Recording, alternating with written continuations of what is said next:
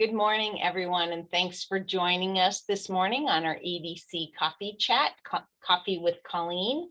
And I want to thank Ted Hennessey and Dr. Dan Underwood for joining us. We are going to be talking about the 5-year countywide economic plan that the EDC has been working on for many months. And one of the things that is going into that plan is surveying of our community members. So I'm trying to understand what their concerns and viewpoints are.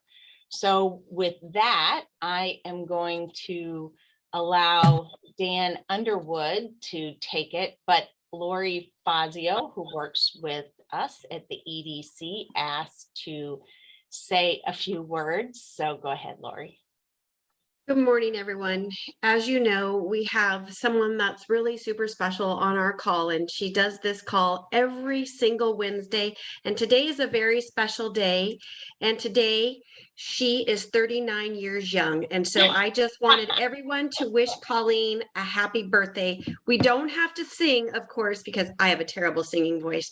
But Colleen, we wish you a great day today. You are beautiful inside and out, and you do so much for each and every one of us, and we really appreciate you. Happy birthday. Thank you, Lori. Thanks, I appreciate it. So with that, stop sharing your screen and we'll get on to the important business.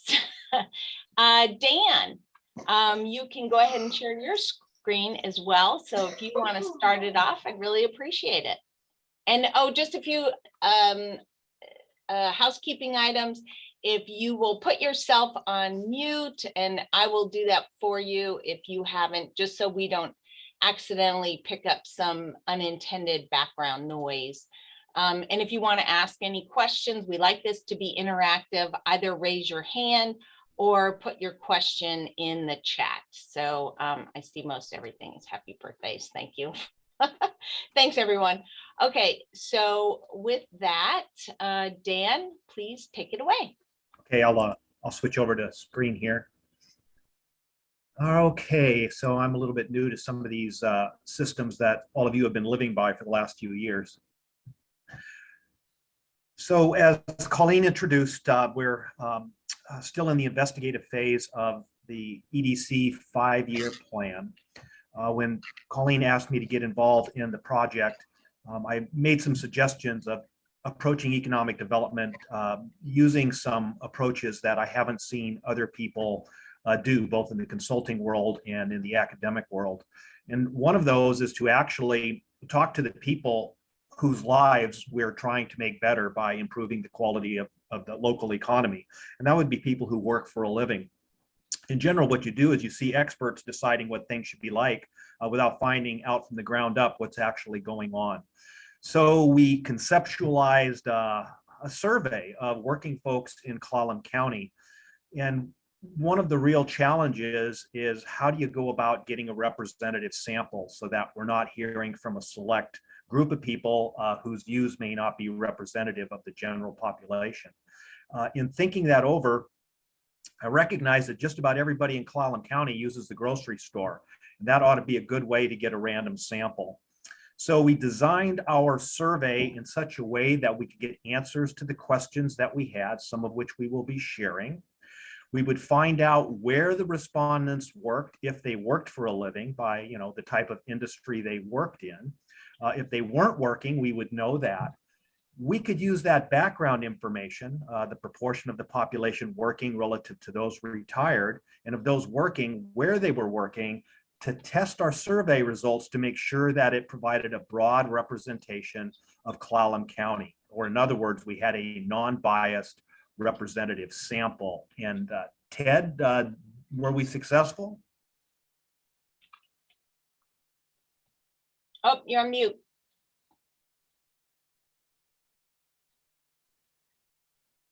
Yeah, I think we came out pretty close. We looked at PPP loan applications and some other data sources just to kind of get an idea of employment in different sectors. We took some liberties in putting some of the sectors together if they were somewhat related based on a county. And our sample is pretty close to the demographic data and the employment data that we have for the county. Thank you, Ted. So for those of you that are joining us, please keep that in mind that we probably got about the most representative sample of working folks going here in Clallam County, and we certainly made some discoveries. So this sampling period was in the month of October and November. The surveys themselves were disseminated by Emma Sackett, who did an absolutely wonderful job in connecting people during a pandemic, which was really a challenge in and of itself.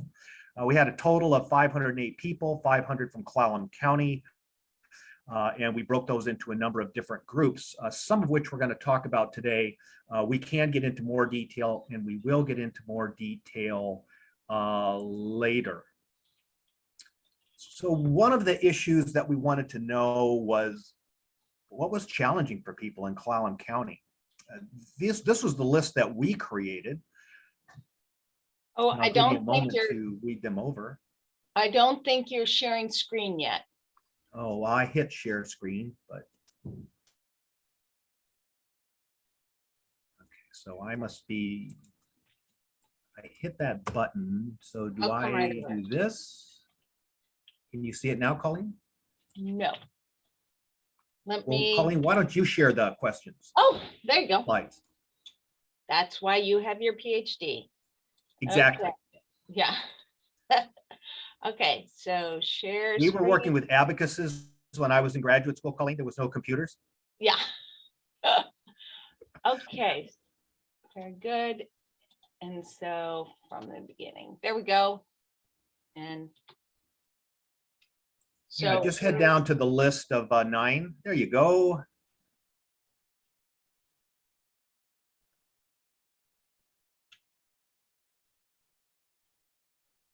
so everyone can see this. These were the choices that people had to choose from. Please notice that number 8 was, we knew that people had things that were important to them and we didn't know what they were, and we asked them to tell us. And we learned a great deal through that text response opportunity there, number 8, other, please tell us. And we've actually seen some patterns across the community, and we will, if not sharing those with you today, we certainly will be in a report which will be on the EDC website. All right, well, Ted, why don't I switch over to you, and why don't you share with us some of the general categories of groups of people and what they told us? And there's a little bit of variation, but there were some commonalities as well. Okay, I will.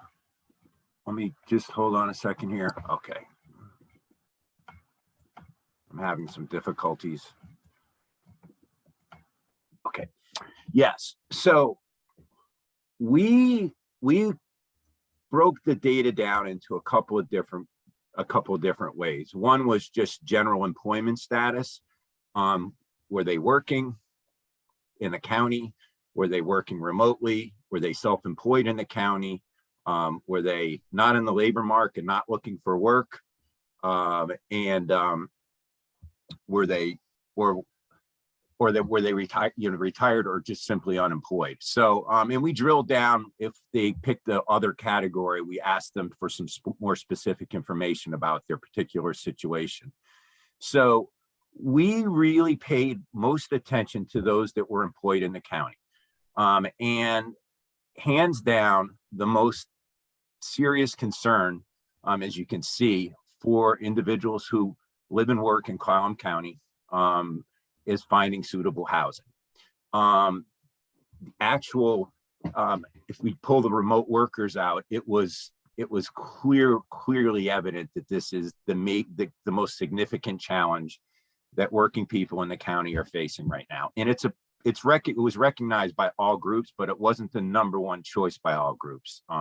For instance, retirees, their greatest concern was access to quality health care.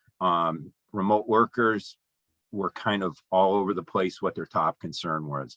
But access to quality health care was the number 2 choice. And if we get into the text responses, I'll be able to give you guys some examples of, we provided an open-ended question at the end and said, tell us some more, how can we make the economy better? And then finding a job that will allow me to meet my financial obligations was in the top 3 for those working in Clallam County. There were other issues that came up, but these 3 tended to be the top 3 in most of the groups the overarching groups. I can't flip this. Okay, here we go. So for those, these are the not in the labor market. 70% of these folks were retired. So one of the things that we pulled out of this with this particular group is they're the best off in the county. The people, as far as financial security, housing security goes, they are doing better than all the other groups in those general categories. And access to quality health care was their major concern. We didn't get much definition of that when we looked at the text responses. There were only 2 individuals who were both retirees that included that in our open-ended question. And I can show you those results when we get into the text responses. Finding suitable housing that's affordable to rent or own was up there. And their 3rd greatest choice was paying local and state taxes. But there's a lot of difference between these individuals. And who's not in the labor market? Retirees, individuals with disabilities, which was about 14% of that not in the labor market group, and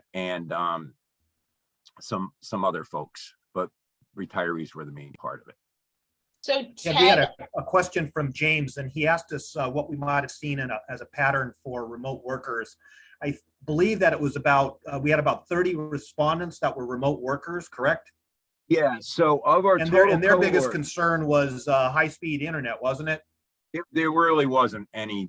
It was a small group, which I was kind of curious about. But it was 6.38 of those who were working, 6.38%. So it wasn't as big of a group as, we talk about remote workers a lot in the county. We don't have a lot of hard data on how many there are and what percentage of the workforce they make up.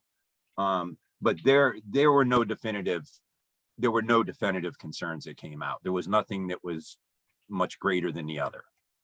And in do you terms of recall what what their percent of our respondents did not face any significant challenges? Oh, yes. And let me get to those. I have those numbers right here too. But again, so the individuals, if we just go by general employment group, self-employed and retirees were the 2 had with housing and security and financial security. They were the ones that were most likely to say, I don't have any challenges. And then we can drill down into the sectors too. And I have all that data as well. Yes. So, and remote workers, actually, I'm looking at the data right now. Remote workers were actually the most likely to choose that category, that they didn't face any challenges.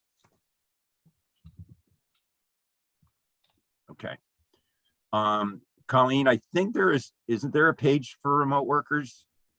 yes, I believe Okay. so. There we go. Here it is. Okay, Remote and I'm workers. going to ask you to back up on the self-employed too. So Okay. this is a group that we don't know a whole lot about, and I think we should learn more. Like, for instance, do they really only make up, 6-7% of the workforce in Clallam County? Because I've always been, in recent years, led to believe that it was a much higher percentage than that.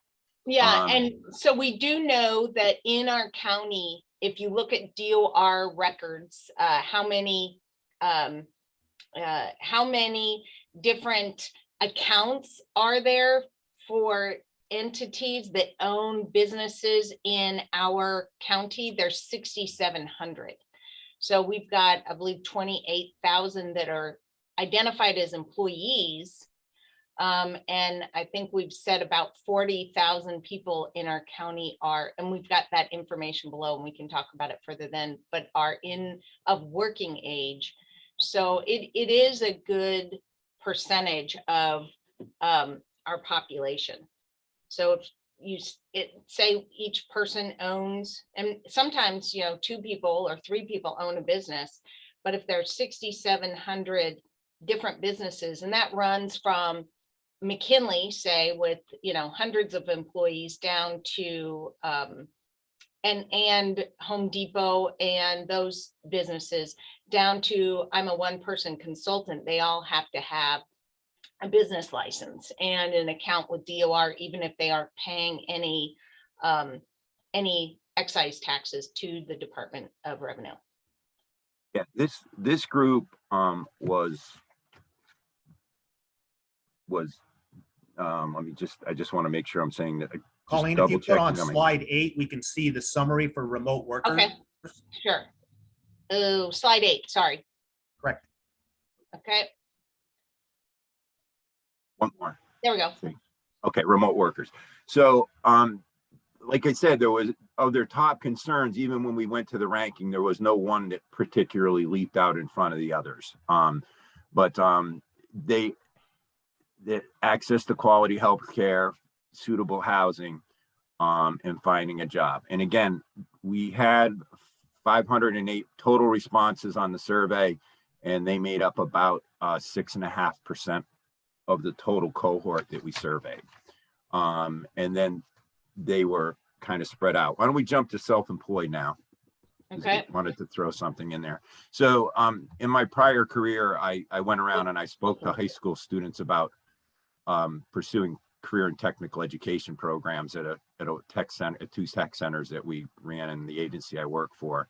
So I got to talk to young people all the time. And if I ever had the opportunity in Clallam County, I would say if you're really looking for the best opportunity to be able to afford to live here, having your own business is a pretty good way to go. These folks had the second highest home ownership rate. When Colleen gets to her Maslow hierarchy of needs piece, you can kind of see that when the housing issue goes down in their rankings, they're concerned about other things like internet and healthcare and things like that. So those were things that jumped out with the self-employed. People who own their own businesses here in the county are doing quite well, based on the survey results we got from them. And they made up, just so you know, self-employed, they were about 13% of the total survey of the cohort that we surveyed. Okay. Do you want to continue on, Colleen? Sure. So we did remote workers, now seeking employment. Okay. So seeking employment. These were the most likely folks to be in other housing arrangements, which is kind of a barometer for housing security. And we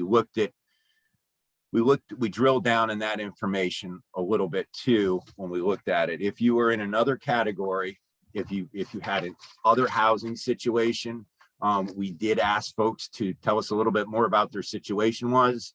They didn't have to. About half of them did. And we did have a couple of unemployed folks who were homeless, who were actively seeking work. We also had, and we'll talk a little bit more about this with housing, we also had 5 people who were working that were homeless. And there's some pretty there's one particular heart-wrenching testimonial in the text responses about that. But when we look at this, obviously housing is expensive here. And if you don't have a job, it's a huge challenge for you.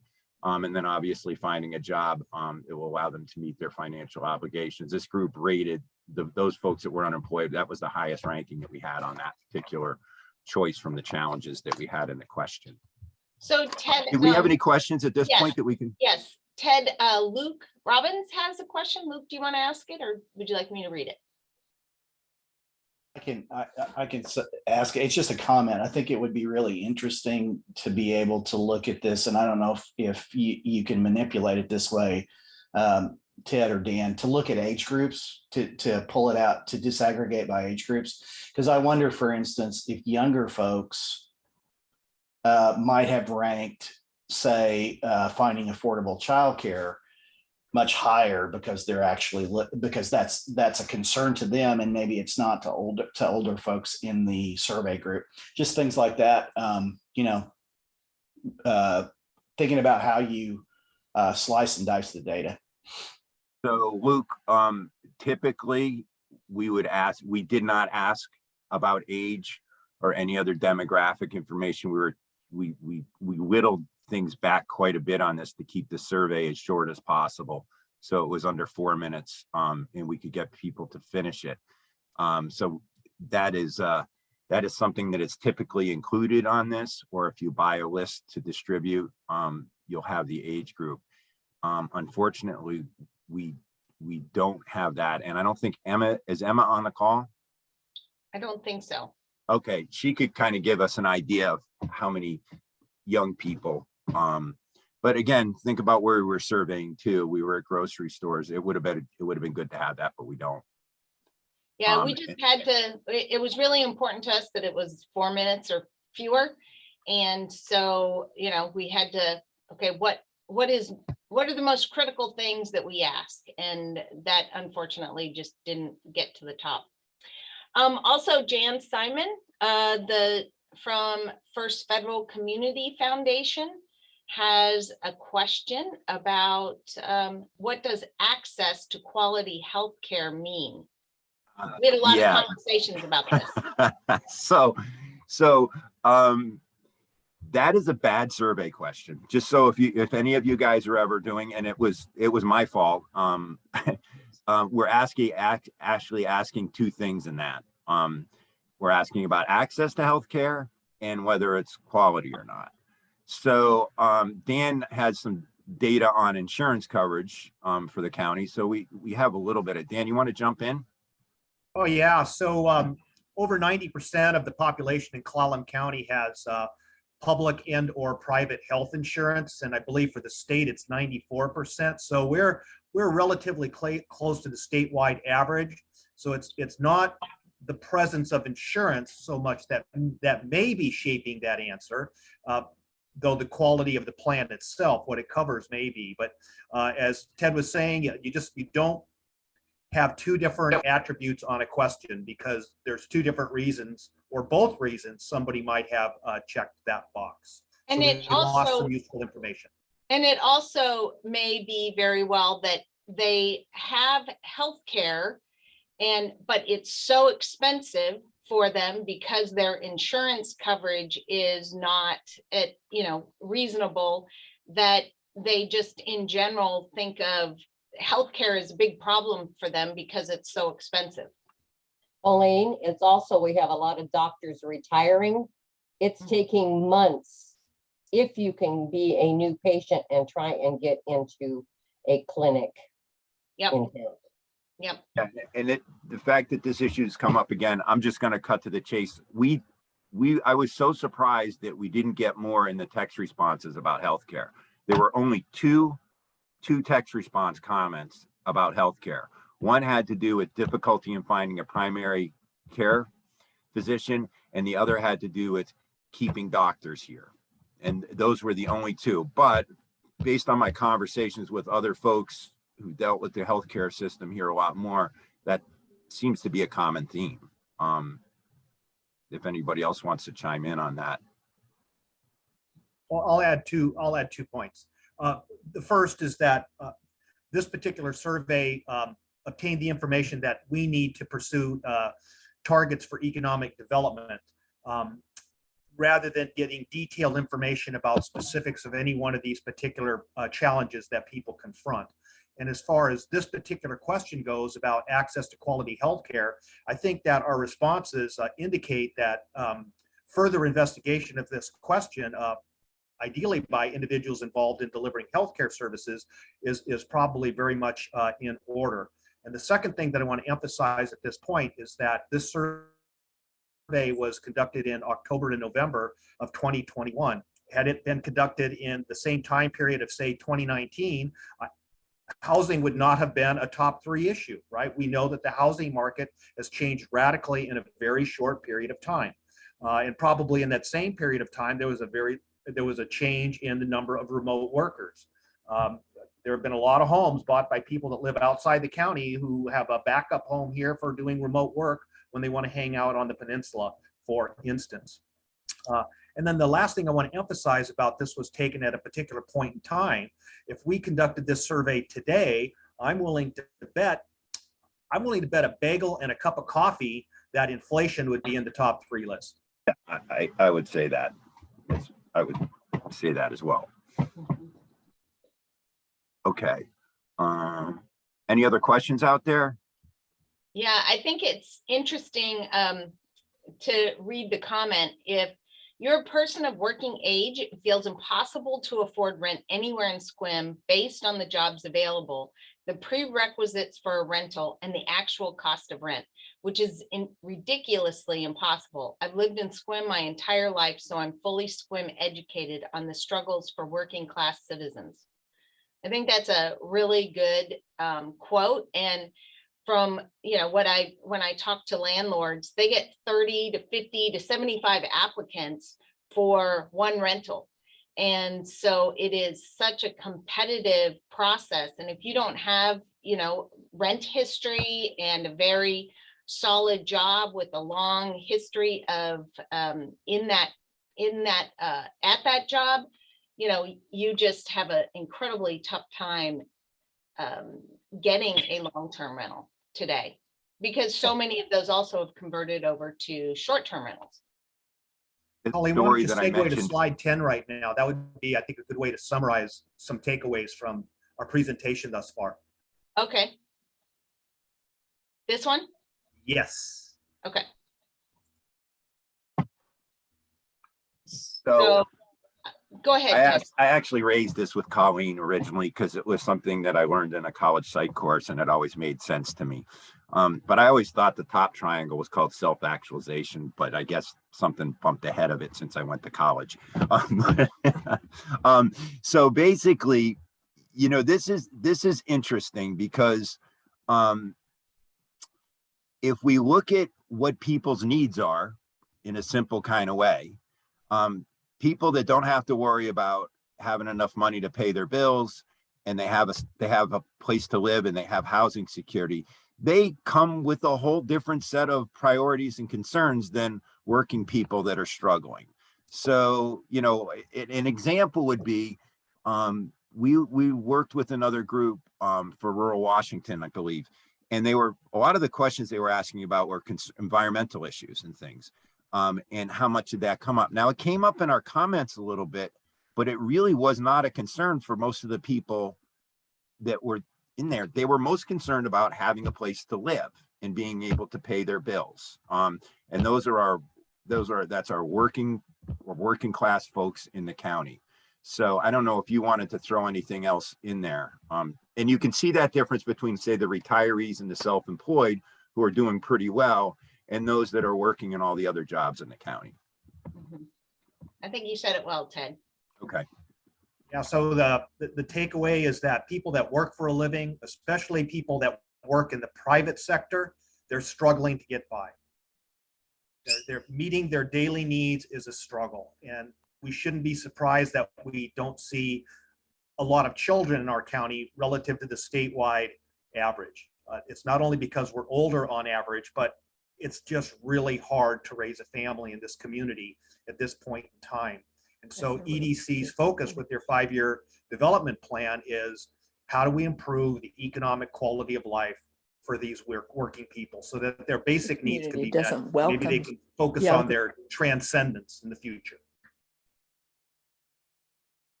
Okay, next slide. That's what Dan just pretty much said. Our goal is to increase the quality of life for the Clallam County's working population. And so we are, in this 5-year plan, we are going to be focusing on industries, jobs, and businesses that can increase the county's average or average mean wage. And we are going to identify what that is. So our goal is going to be to pursue jobs and for our existing population that will pay, say, over $50,000 a year. I don't know exactly what that number is yet. We're still trying to determine what that actual salary or hourly wage is going to be, based on some more analysis of what the costs are. And there's all sorts of data around that, and it changes so frequently, especially when rent will go up so dramatically. And so that is part of what we wanted to do, is to determine, with our very minimal resources and time, what industry sectors, what kind of businesses should we be working on to increase the working population's quality of life. And what we are also seeing is that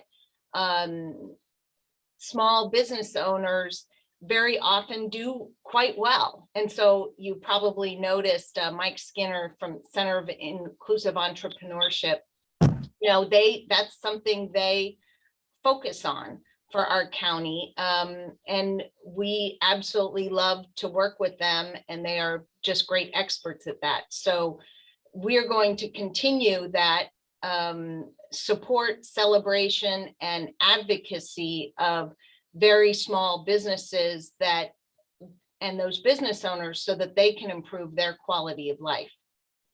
And also, in the employment sector, industries and businesses that offer full-time employment with benefits is very important as well. So I see we have some comments in the chat. Let's start with Steve Bierman. Hello, morning. Let me mute my Zoom meeting. Apologies. Okay, there we go. Jennifer's muted. Patricia noted that there are 700 starter or rentable houses in the county that are on Airbnb from the airdna.com or .co website. So if anybody wants to click there. Steve, do you want to share your comments?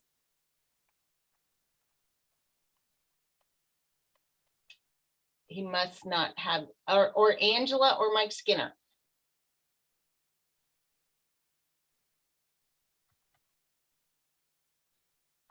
So Dan, do you want to speak to Steve Bierman's comment on mean wage versus median? Sure. Let's go down to slide.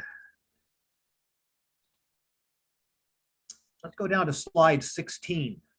Okay, I don't have them numbered, so just tell me when to stop. Yep, There. that one, I bet. That one right there.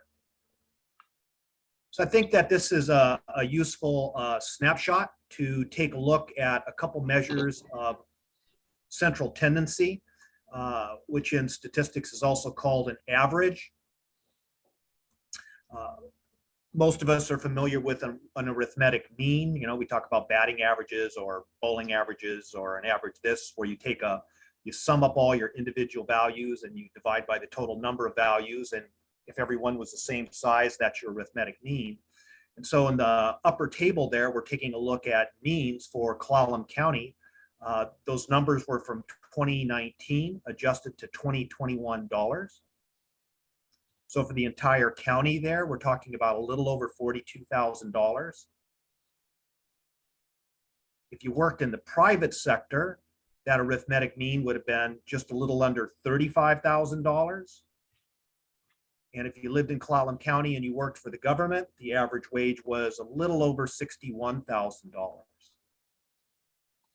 Now, the median wage is the middle wage. So if we lined up all of the annual incomes from smallest to highest or highest to smallest, it's the middle observed value.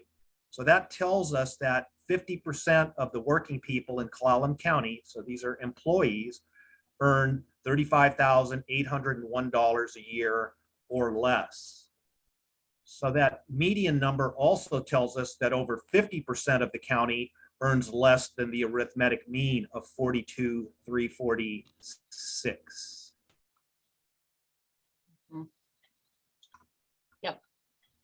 Okay, so that addressed Steve's point. So we're gonna go back to, let's see, a little bit about our population. I think this is interesting to consider. So, and this comes from the Census Department.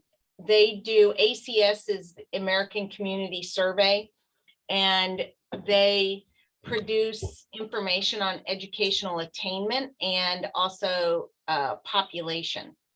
So, so this is how they divide it out by groups of years. So 19% of our population is between the age of 0 and 17. 6% are young adults, 18 to 24-year-olds. And 10%, 25 to 34-year-olds, 10%, 35 to 44-year-olds, and 26%, 45 to 64, and then older than 65 is 29%. So if we assume, and this is, you know, not totally accurate, of course, but that our working population is between 18 to 64 years old, that represents 52.3% of our population, or about 41,000 people that are of working age. And so that makes a big assumption that when someone turns 65, they're retiring, but that's just the best grouping that we had based on how the census divides out ages. And so our civilian labor force in 2021 was 26,703, but civilian labor force does not include self-employed people. So, so if we've got, anyway, what that's showing is that about 65% of our working age population is an employee, whether it might be part-time or it might be full-time, but they are employees. So that, you know, those are kind of the takeaways there. It's not perfect science, of course, but good estimates and information that basically says a little over half of our population is of working age. And then this was information from the same source about the number of people that have a bachelor's degree or higher. So Clallam County is in blue. And as you can see, the US average is about 33% of the population has a bachelor's degree or higher. In Washington State, it's even higher than that, 36.7.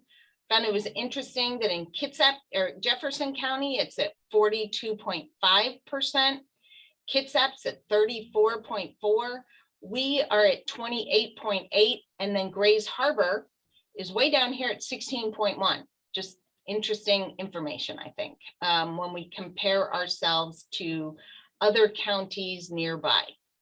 But when you go into the attainment of education by age, it really changes the perspective of percentage of people that have bachelor's degrees. You know, my parents are in their 80s and they both have their bachelor's degree, but they have no intention of working. They are very solidly retired. And so if we're looking at our workforce and what does our workforce look like, if you pull out the people that are older than 65, you'll see that so a large percentage of our population that has a 4-year degree or higher are older than 65, and therefore, by our definition here, are not in the working population with a 4-year degree. So when you pull out retired people, only about 23% of our working population has a bachelor's degree or higher. So that was important for us to recognize that when we look at attracting industries and businesses, to think that, if we attract a business or try to expand an existing business that demands a lot of four-year degrees, we are going to have to educate our workforce to meet that requirement, or alternatively, these people would have to move in from the area. So with that, I think we may have some more questions in the chat. We've got, let's see, looks like Steve has some comments, and Debbie and Jim McIntyre. Any of you want to share your thoughts? I'm not bashful, Colleen. Go right ahead. One of my comments was that $35,000 does not buy a workforce house similar to Right. what's being built up on Valley Estates. Those are ranging from $400,000 to $500,000. That, and a lot of that is coming from what it costs to put a house on the ground. Mhm. When in talking to the developer up there, they've had to go back and into the design, because now they're being forced to make the houses solar ready. They don't have to put solar panels on the houses, but now they have to have, because of legislation, have to make the houses solar ready. It costs $10,000 before they can even turn a shovel in permitting. That's crazy. These young kids aren't going to be able to afford houses. The other thing is, I was asking with those bachelor's degrees, how many are still carrying debt of the young people? They get those bachelor's degrees and they come out. I was talking to a young man the other day, and he said when he finally got out of school, he was carrying $200,000 in student debt. And he said, but I paid him off fast. But there's a lot of people that didn't have that opportunity to do that. Yep. Okay. And Erica's made a good point. Erica, do you want to share your thoughts without turning your green screen on? Thank you, Colleen. No, I just was, you already covered it, that we need to be focusing on education and training as well as bringing the jobs, so that we are not importing people to fill those jobs, which would just further the crisis. So. Mhm. And it looks like Roy and Nancy have their hand up. My name is Roy Morris, and I was principal at Clallam Bay years ago, and I retired from Western Washington University, and I did a $5 million reemployment, pre-employment training with Bellingham Tech and Whatcom Community College and Western Washington University with adult education, aiming at some of the increased levels of education in a community. We're grateful to have Peninsula College expand and create a more dynamic system at Forks, and we're working on natural resource jobs, and I'm in touch with Theringer and Cameron or Chapman on those matters to support us in natural resource jobs development. And it has an interface with some of my old pals in Western Washington University, which they want to have students come from Western out here to the peninsula to do research on habitat and restoration. I'm on the Steelhead Advisory Corps Committee with Washington Fish and Wildlife. One of the things is we need to get more data, and always more data. But in that, we can build an infrastructure where local people can earn college credits by being field research techs and laboratory techs with the advanced degree master's and PhD students that are out here working, and grow our own bachelor degree labor pool and perk them up through the Olympic Natural Resource Center and other agencies. I'm creating a job tour with natural resources and Forest Service right now for people in Fork. So that's something to look forward to. Is there's a lot of people, we rent several houses, and mostly the scientists that are out here working from afar, and they want to live here. Just like someone mentioned earlier, the idea of that baby boom echo that's coming out of Everett and Edmonds and Kent with, we sold our $80,000 house for $400,000 or $800,000. Now we bought 5 acres out here. That whole population is going to roll into a product that we can look at for housing, because in our neighborhood, I don't know what the income levels are, but everybody is living in 3-bedroom houses with 2 bathrooms with 2 people. And as these people are moving out from Seattle, the half-life of their individual occupancy is 2 to 5 years. You know, a lot of those people that are 70 are going to need help. And so building a home healthcare system and increasing residential healthcare systems are focuses that we're working on the West End. Thanks for that big hot air thing, but I have a lot of experience in this. Yeah, thanks so much, Roy. Really appreciate your comments. Very valuable. You know, the point too, there's a lot of discussion in the chat about what is needed as a wage for, say, a 28-year-old or a 35-year-old to buy a house. And even assuming that they have 20% down, which is a big assumption, you know, you can do the backwards math on what would, and you know, if you assume that they would be able to qualify for a mortgage, and you know, ideally someone is paying to their housing costs 33% or lower, but there's a big percent of our population that's putting 50% of their income towards their living expenses. And there's a lot of data around that. So we're pulling all that, we'll be pulling all that information together to identify what is that wage that we are trying to hit that, you know, allows for a self-sufficiency, a family sustainable wage.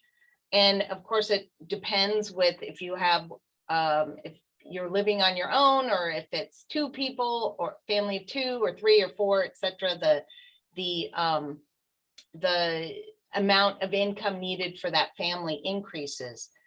And so let's see, there are some other items. Yeah, we've got some great links that Colleen has put up, as has Lindsay. And there's also the MIT living wage data. But when I've looked at that, the rental income was really low and wasn't up to date. I don't know if they've updated it more recently. And I see Commissioner Ozias has posted something. Commissioner Ozias, do you want to share your thoughts?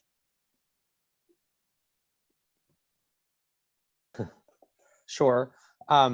Just to me, really, I don't have much more to say except for what I put in the chat. That among the things that this research underscores for me is how important it is that we focus on and be intentional about leadership development, support for entrepreneurs, business development skills, and supporting the people in our community who have great ideas, who have passion, and who need a little bit of support. I heard early on, I think Dan or Ted, I think it was Dan, mentioned that folks who are self-employed, tend to be better off in our county, and so that to me is one of the bits of information that just underscores that we ought to be focusing here on that end of the economic development spectrum.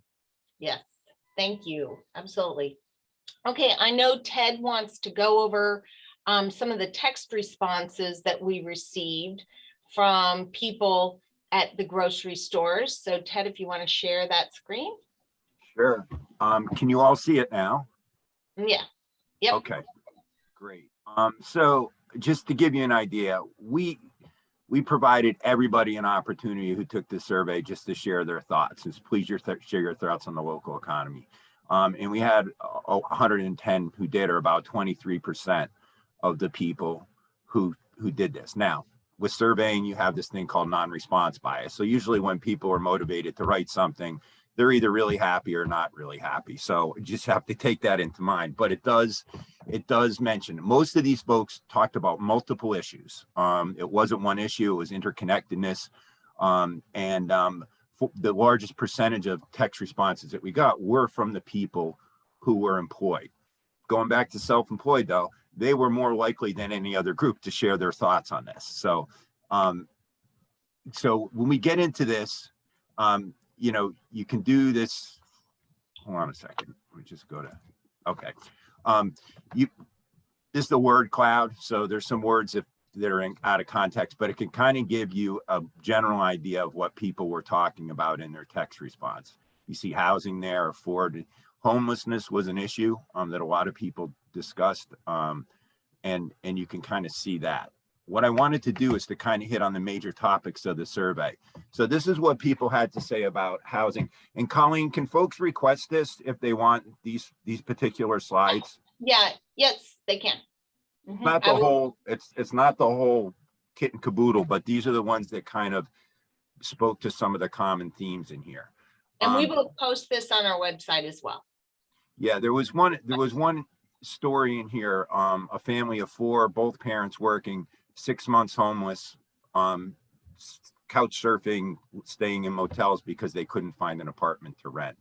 That was a one story type of thing. So the cost of rentals, this is what people are telling us. This is where the power of a survey can come in. We do take the time to read through all these. We categorize them. You can search them on topic, and it's some spreadsheets that we have. And I'm not going to read through them, but this is pretty typical of people are concerned about access, affordability, and what needs to be done to help address the issue. And I think the whole housing issue could be looked at it unto itself with regards to its economic impact on employee retention, employee recruitment for local businesses, and that sort of thing. So I'm not gonna go through, but I'll just give you guys enough time to look at. This is what folks had to say about the economy. People definitely think there needs to be better paying jobs in the county. That the current pay has not kept up with inflation or housing costs. There were some, and that last comment kind of wound up in there by, so this is what they want us to do. And some of them don't offer any solutions. Some of them just speak to the state of the county as far as they see it from their perspective. This is, so those were two top issues. There were a lot of comments about government, and understand the timing of this. Things were still pretty restricted with regards to COVID. So that was a pretty common comment that folks had to say. There were a few comments about taxes. This was the only comment that I got about too many public meetings, but I think this is something, having worked in education and a lot of stuff was scheduled when parents couldn't attend.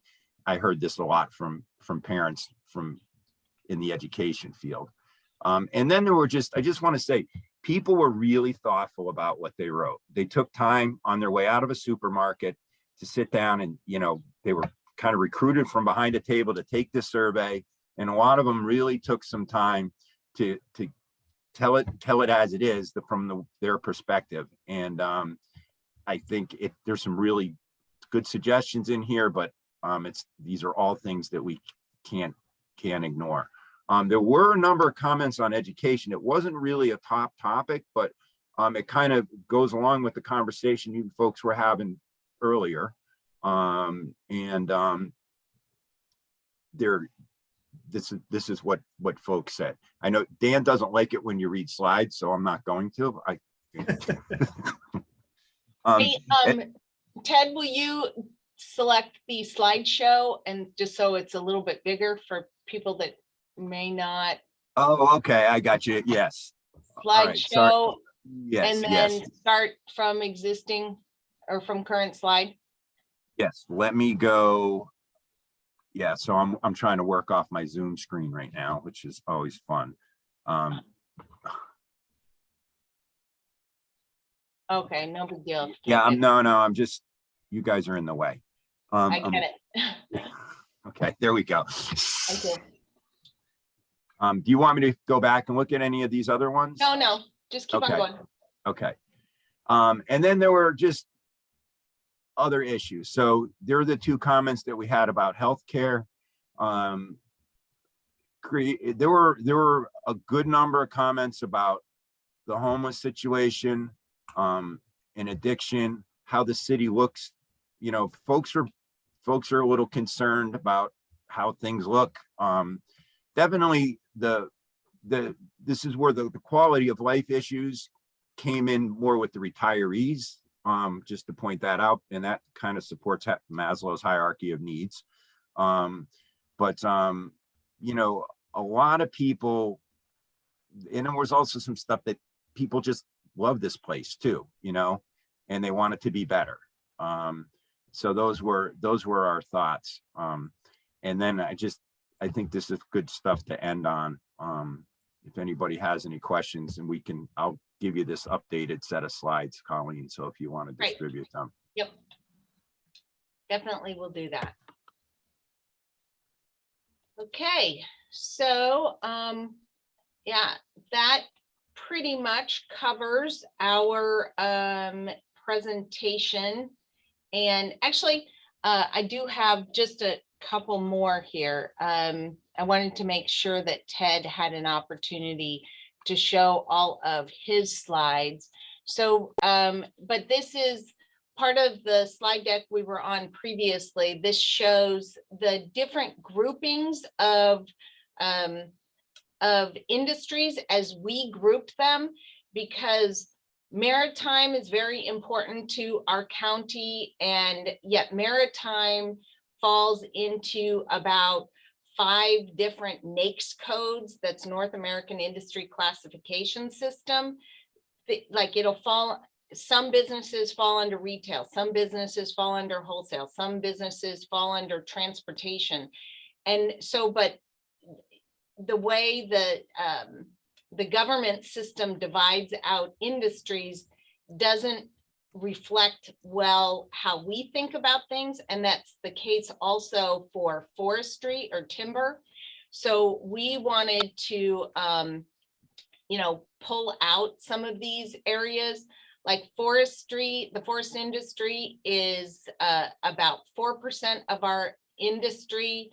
Construction, and that this is actually, I got to take that back. It is not, these are only where people are employed. This doesn't include self-employed people where, you know, there's a lot of construction workers that are self-employed that wouldn't show up in here. And if we included them, I know that this construction piece would be much, much larger, as would the forestry industry. Government wouldn't change, and it represents almost a third of the people that are in Clallam County that are employed.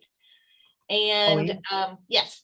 Why don't you, we're just about out of time. Why don't you wrap it up by taking a look at the clusters so that our audience realizes that we can figure out what pays what, and if a new job pulls the average down or if it pulls it up. Yep. So here's Colleen, can you make it bigger like you did on the other screen, so we couldn't see or determine what industries were on that pie chart, please? Okay, so I'll go back to this. This is government, wholesale, transportation, retail is 12%. Professional services, personal are 1%. And again, this is just employed. If we had, this is self-employed also, this sector would be much larger, because a lot of the people that provide professional services for personal services, such as massage therapist or nail techs, that section would be much higher. And let's see, then manufacturing and maritime is showing 3%, human services 6%, hospitality and tourism, employment 11%, healthcare and health assistance is 17%, and finance and real estate, again, that would be a much larger section if we include self-employed, because realtors, you know, there's, I don't know, 300 or so realtors in our county, and they are all considered self-employed. So we looked at this slide previously. This is the average annual wage, clusters of all sectors. So the way we group these together, it shows which sectors are below our average of $42,346. And which ones are higher. Government jobs are the highest at 61,000. Wholesale trade is high. Transportation is higher. Retail is lower. Professional services, again, employees of personal professional services is lower. So is hospitality and tourism. Human services, that a lot of that is childcare, that is quite a bit lower. And ag and fishing is quite a bit lower if you are an employee of an ag and fishing business. So again, you may be an entrepreneur and have your own fishing company and you might be doing very well. But if you're an employee of someone else, these are the sectors where it's well below, some of these are really well below the average wage. So any questions or there? So, and yes, we will have these slides available for further examination. One last thing is people are worried about the next generation. Our question 19, how confident are you that young people will have an economic prosperity as good as or better than yours living and working in Clallam County? And nearly 85% of our population expressed some concern. So General agreement between all groups on that too. yeah, thank you, Ted. So anyway, we will have these slides available on our website, and I'll combine them into one slideshow so that you can get all of them. And with that, it's 9:03. We went a little bit over, and I just really want to thank all of you for joining us, but especially Ted and Dr. Dan Underwood. They've been just terrific to work with, and just wonderful insights, and also Emma, who did a lot of the in-store work for us. So it's been a great process, and I'm looking forward to our final product that we of course will share all of the executive summary and the details on our website when we have that ready to be produced and our board has reviewed it and approved it. So with that, thank you, everybody. Have a great day.